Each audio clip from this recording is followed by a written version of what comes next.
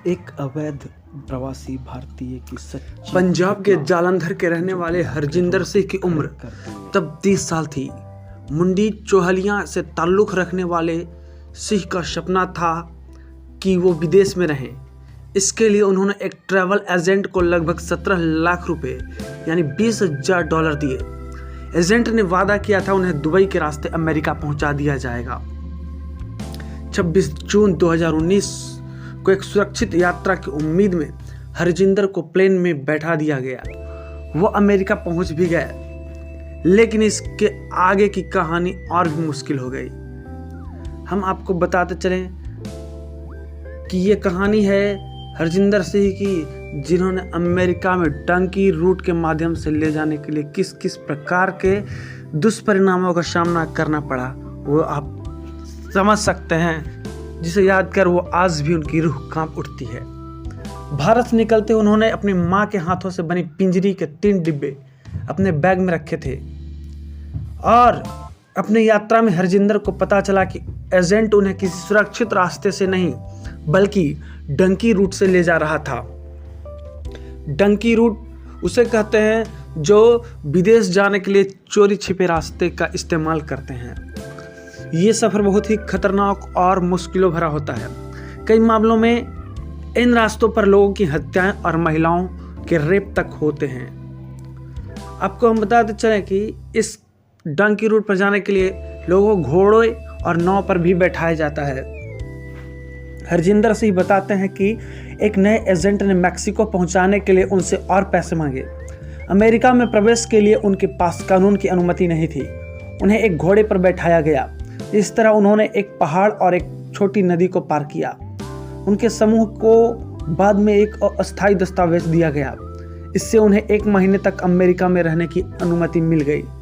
उन्होंने बताया कि कोलंबिया से एक बस में 8 घंटे की यात्रा के बाद उन्हें कैली ले जाया गया। वो नाव से समुद्र किनारे बसे शहर टर्बो पहुंचे और पनामा के जंगलों में गए। वहां उनके समूह में 15 अफ्रीकी प्रवासी भी शामिल हुए। हरजिंदर और उनका समूह 10 दिनों से ज़्यादा समय तक पनामा के जंगलों में आगे बढ़ता रहा। उन्होंने लगभग 105 किलोमीटर का सफ़र तय किया।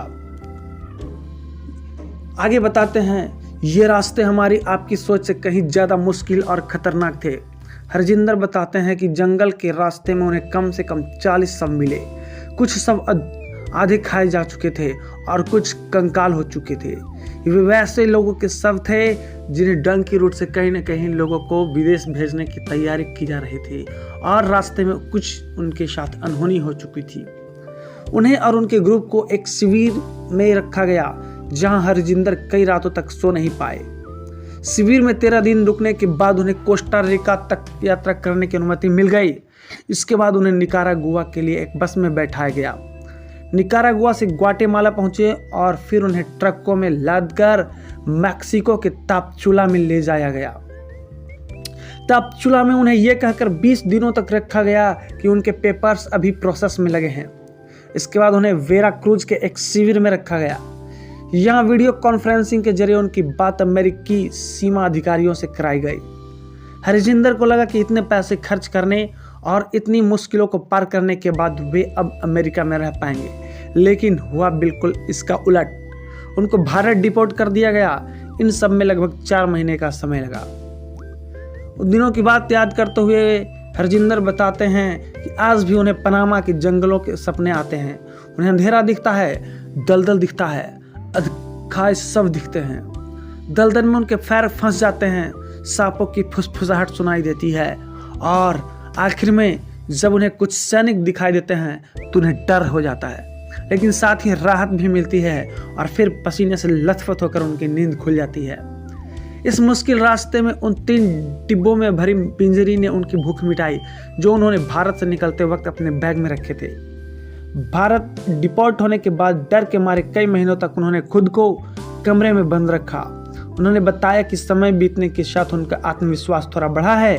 वो 14 एकड़ ज़मीन में अब लहसुन और गेहूं और धान उगाते हैं। इसमें 10 एकड़ ज़मीन पट्टे पर ली गई है। हरजिंदर बताते हैं कि वो सालाना करीब 9 लाख रुपए कमाते हैं। इसके बावजूद वो अब भी कर्ज में हैं। तो आपको जानकारी कैसे लगी? अगर जानकारी आपको अच्छी लगी तो कृपया हमारे चैनल को लाइक शेयर एंड सब्सक्राइब जरूर करें। मिलते हैं अगले वीडियो में, तब तक के लिए धन्यवाद। जय हिंद, जय भारत।